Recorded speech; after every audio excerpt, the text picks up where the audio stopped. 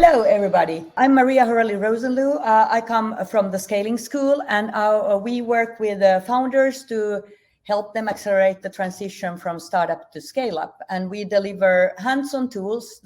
That's why we are running a co-creation session here today. We're going to build customer segmentation. And with us, we have a tremendous person. We have Ismail Eroburuike from Nigeria. He's running an edtech company in Nigeria that connects parents, teachers, and students to be able to offer education to millions of people in Africa. So, Ismail, what is your mission with SchoolTry? The mission is very clear because I know what education has done to my life personally, and it has transformed me drastically. And that's why our vision is to transform millions of African students and educators to have access to education through a digital platform. And that's what we offer in SchoolTry today. Okay. Tell a little bit about your team just before we go into this exercise. Where are they currently located? Our team, 80% of our team are located in Nigeria. And then we have some of our team located in London and also in Sweden here. Yeah, and in Nigeria, you were in 2 cities or something like that. We're in Lagos. We're in Lagos and in Abuja, which comprises of the customer support and operation, and also software development team in Abuja. Okay, great, cool. So, and with us also we have Sara from the Scaling School, and Sophie will be on the chat. So if anybody wants to enter some criteria, we're going to build a customer segmentation. I'll explain how that goes very soon. In essence, when you build a company go from a startup to scale up, you actually you have some customers you start with at some point, and you try to get to what they call product market fit, to try to get growth. But it's very easy to be quite broad when you're searching for your patterns for growth, etc. And what we're going to help you do today is a customer segmentation, which helps narrow down your customer focus 6 to 12 months ahead of time. So you kind of get focused on where you can create most value in the shortest amount of time with the team, because everybody is short of resource, and you need to really, really put the focus on where you can get most value and also most fun. So our motto also is make scaling faster, fun, and less risky. So this also helps there. And we want to engage teams to be onboarded together in a very, very energetic and fun way. So Sara here is going to share a board. We are using currently a Miro board. And what you see here is basically 3 types of criteria of how a SchoolTry customer could behave. So in essence, the exercise is done this way. We gather the team, and in this case, we have actually worked already with Ismail's team, and we paint together a board of all the kinds of behaviors their customers could have. So this it's a universal way, it could be done for any company. But today we're going to do this with Ismail and for SchoolTry.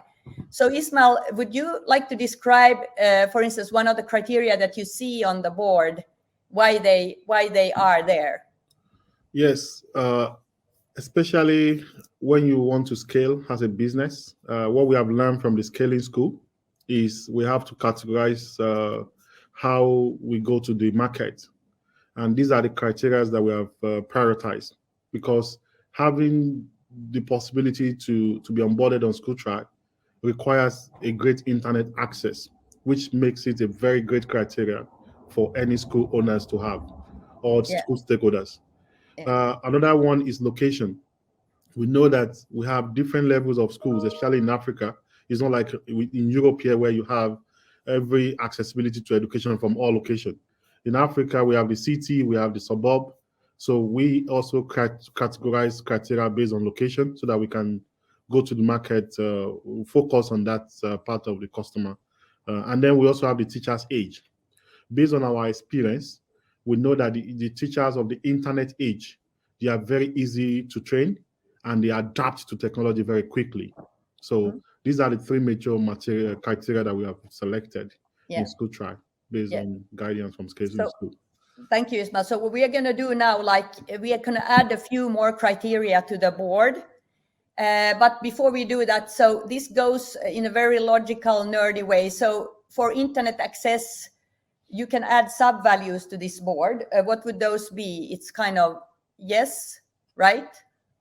Or Yes. no. So does the school have internet access? Yes or no. What would be the sub-values of location?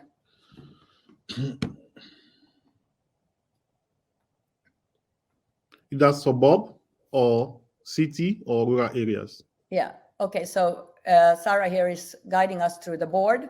So what we're actually building here also with the criteria, we're building the sub-criteria. So what we're adding here is if the location of the school is in an urban environment or in the city, in the suburb or in the rural area. So that's also a very important criteria to understand when you are going to market and sell and deliver the School Try offering in the market. What about teacher age? What kind of values would you put in there? 20 plus? Yes, 20 plus, 30 plus, and then 40 plus, and then 50 and above. Okay. Okay, cool. 20, 30, 40, and 50 plus. And what did you just say? So what's the age where you see the most adaptability? From the age of 20 plus, it's much more easy to adapt. Yeah. Very quick in, change. Okay. In using a product. So this is what we are doing. We are going to do this. This is usually done with the full team. And so we invite everybody, if there's anybody on the chat, could also add some criteria. What do you think could be important for the School Try, business? What other criteria do you have that's important?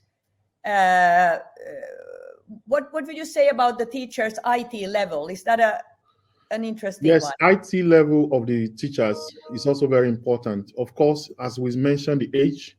I mean, you could always see some teachers in 30s as well. They might also have more knowledge when it comes to IT related knowledge, technical know-how. So IT knowledge of the teacher is very crucial. We also we also prioritize criteria based on the clusters of schools, because we know that instead of going to the market and going to each of the schools individually, you can actually tackle like 20 schools in a cluster, and then you deploy the solution. It makes our revenue grow very faster. And one of the last criteria that is also very prominent to us. Before you go, and this is Ismail, just so the audience will understand. So with a cluster school, what do you mean? What is specific for Nigeria? What are cluster schools? Cluster schools are schools that they belong to a group of people. I mean, they are a group of schools under one decision maker. So that means if you sign a deal with the clusters of schools, then you are signing more than one school at a time, which increases our revenue very quickly. So it's a very good strategy to consider in criteria selection. How many pupils can that be in a cluster school?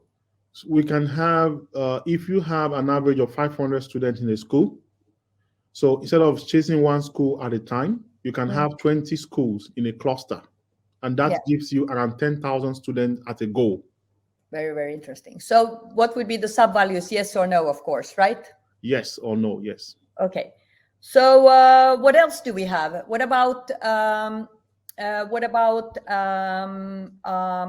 budget?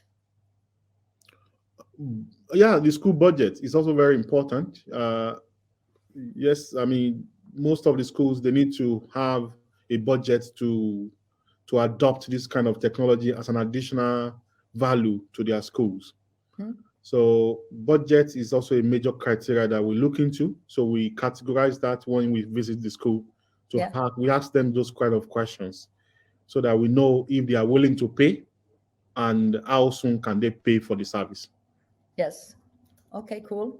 What about access to smartphones or PCs at home, etc.? Yes, absolutely. That's also a very great criteria because our mobile applications and web, our solution is based on web and mobile, meaning that it's very important for school stakeholders and the parent and the student to have accessibility to these devices so that they can access learning and other kind of functionality or other kind of educational activities via their mobile devices. Okay, cool. So Ismail, we will put in that cluster, that one, and the exercise that we're going to do now, we a team that usually does that can continue for a couple of hours. Usually they can say, well, it's going to take us 3 days. So what we actually take, tech, marketing, sales, and everybody else in the same room, and we create this kind of a chart together. It amounts to a lot of criteria first, but then we're going to prioritize, and we're going to come that soon.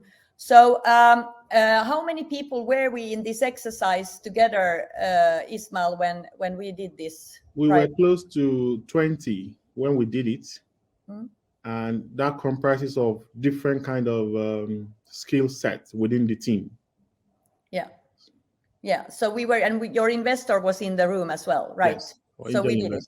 Yes. So what we're going to do now is going to ask the team or Ismail, what's a chase criteria within 6 to 12 months? So what should, because a business can't do everything, and it's very important to understand where you can make a difference. So we're going to mark with a green color those values that are really chase for school try. And for a part of a cluster, what do we choose, Ismail? Do we choose yes or no? We choose yes for the cluster. Quite naturally. So then we can mark that as a green. So Sara will make that the green. And what else is green on this chart? Basically, if you look at the location, you look at the city is green. What is city is green? It's easier right now with green. Okay. Yes. So Sara will put that there. And then what is teacher age? What's green there? Green is 20 plus. Okay. And what about, okay. Yeah. Okay. And then what else? You just internet access is a yes. Internet access is a yes. Yes, of course, yes. Okay, sorry, she will change the coloring. Okay, and we can go further. What about and teachers' IT skills? Teacher IT skills, if it is medium or high, it's good. Yeah. If it's medium, we can transform them to be high. And if it's high, it's really perfect. Yes, cool. Yeah, okay, so then those people green, medium, and high. And then we will move on and ask what's absolutely walk away criteria, and that we will mark with red.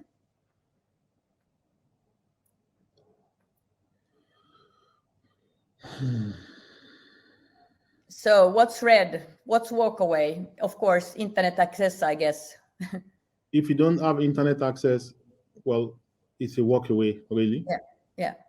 But and location, are there walk away locations for you just now? Well, it's not like walk away, but we don't prioritize it. Yeah. Okay. So it's neutral. So then we can mark that blue if you want to be. You can mark those blue, but we can leave them empty at this point. Let's just mark the red ones. Yeah. What about teacher skills if they are low? Is that a walk away or a neutral? Like you don't care? You mean teacher's age? Yeah, teachers' IT skills. Teachers' IT skills is neutral. Okay, cool. So because we will not walk away. Yeah. So this is how we work it. And now I will show how this can be turned into a priority table. So Sara, can you please share? So everybody, we will, when this exercise is done, we can actually build a table with the most prioritized. So on the left-hand side, we have the criteria. Then we have the value options. And then we have columns saying, you have to scroll so you see the chase ones to the right. You see? No, to the other one. Yeah.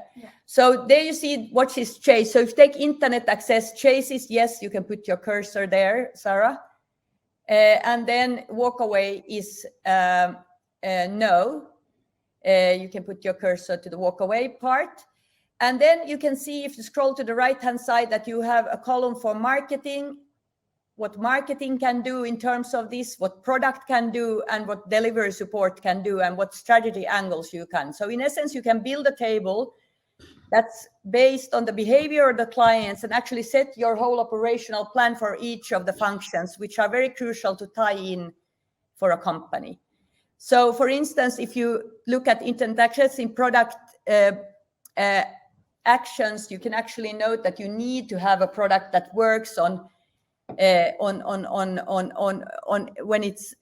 it's a kind of a worst case scenario where you have lower rates of internet or harder access. Maybe you can do something about offline functionality, etc. So everybody in the company can actually become more self-managing by understanding how the customer behaves.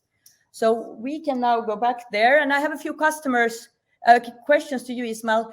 How did this exercise feel for your company? What happened after we did this with your? I mean, if we measure the performance before we joined the scaling school, I mean, it's very obvious how our team has been transformed in the way we see the complete process of our go-to-market strategy.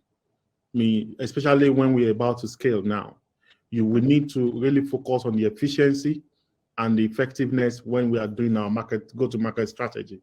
And this is exactly what the scaling school has been able to transform the team. So now the team work in a very great collaborations. They exactly know that when they go to the customer, they know what to consider before they decide this is the customer we need to prioritize. This has really helped us a lot in making a lot of decisions. So towards our customers. So what can you do? How has it changed your timing? Sorry, I just want to charge my laptop. My battery is about to die. Sorry. So how has your timing changed? Like, what have you been able to do with your time when the team has? Because you have a very distributed team, right? Yes. Yes. I mean, it has given us the ability to visualize where to put our focus. Especially like you mentioned, we have a diverse team across Africa, even in different locations in Nigeria, and also maybe some of the team lead in London.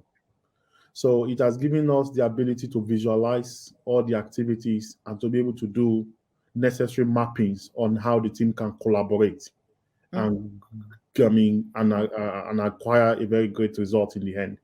It has given us a dramatic improvement in the way we view things, and also the way we also service our customers, and also making our decisions on which customers to focus to be able to generate our revenue.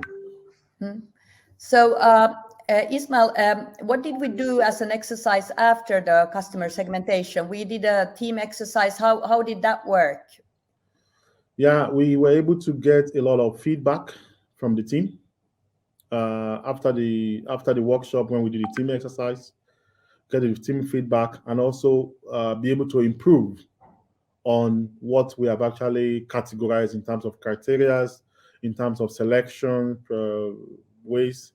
So it creates a kind of feedback atmosphere for the team to be able to, and to also understand that this is not a static tool to scale the business.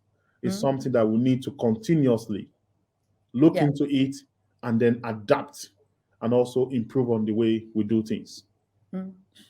So how often do you think you need to come back to this kind of check up on your customers or doing the kind of team bubbles? We have similar exercises for doing the team to understand the gaps. How often do you feel that this needs to be done in order to keep things together? Currently, we review it on a bi-weekly basis, and on a monthly basis, we have a thorough review. Especially when we are planning our sprint of work activities that we need to do in the future. And especially when we're also bringing new team members on board. And also, the market is also changing very rapidly. So we just have to continuously, check and improve on what we have as a baseline.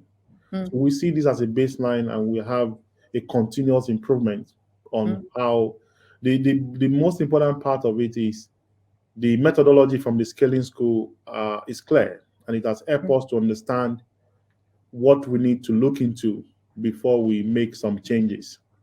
That is really helping us a lot. Okay, do you have anything you are missing? Any feedback? It's a very public situation, but well, I mean, we have been working with scaling school, and I mean, automating this kind of tool, I think it will help a lot of founders and a lot of startup business to be able to scale very fast, and to be able to use those methodology without a lot of time. So that's what I can just comment apart from what I've said. Yeah. And as we have worked with a lot of teams, we see those that time is of essence, and also in our experience in our team is that people don't have time to actually decide, well, this is the customer we're going to focus on, and then really focused do that work for a longer time, like 3 months or 12 months, or they say that they have data that they can follow, but it's very good because data is history usually. So then to actually have a good top-down and bottom-up approach to understand the customer that you come back to is very efficient, and then you can follow that through with data, with your marketing actions, etc. What data actually works, and if it doesn't work, your initial customer segmentation, you can actually come back to that and change direction in a more controlled manner rather than being frustrated over not getting the results. So. Okay, I think that we are pretty much done. I'm not sure if we are early. Are we early?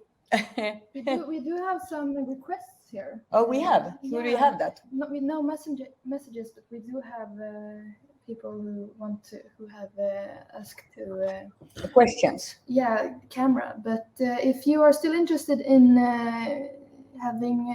asking questions, maybe you can write in the chat. But can we bring them in? Sorry, audience. We are a little bit new to this one. We tried to train before, but it wasn't that easy. All the things. Can we bring them in then? Yes. They will need to accept if they.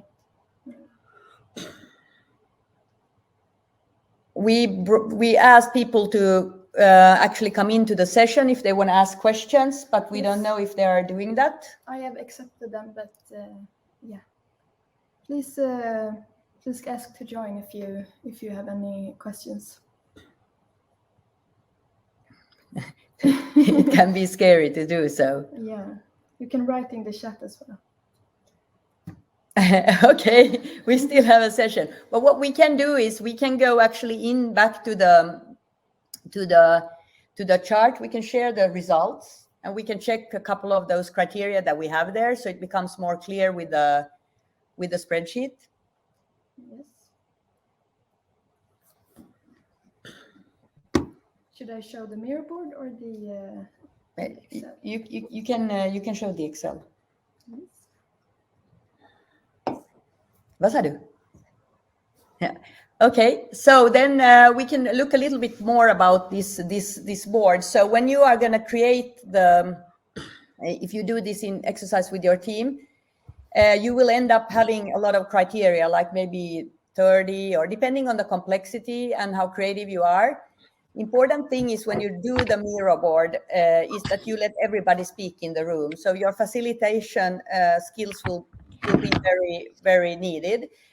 So the thinking is no criteria are bad in the beginning, but when you come and consolidate this in a table, you will have green criteria that are the most prioritized ones.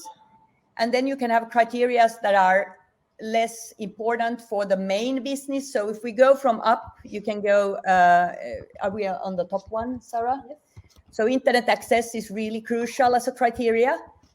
Then if we go to no, you can take one at a time. If you go to the top, Sara, yeah. Then the physical infrastructure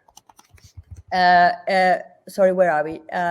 We can go, if you go up to the top of the, no, so the type of school, public or private, is important, an important criteria. Is that, Ismail, a main criteria for you, public or private? Is it Yes. like the main divider? Yes, because for the private owner school, decision is very, very quick compared to the public. So it's a very great criteria. So we focus a lot on private school at the moment.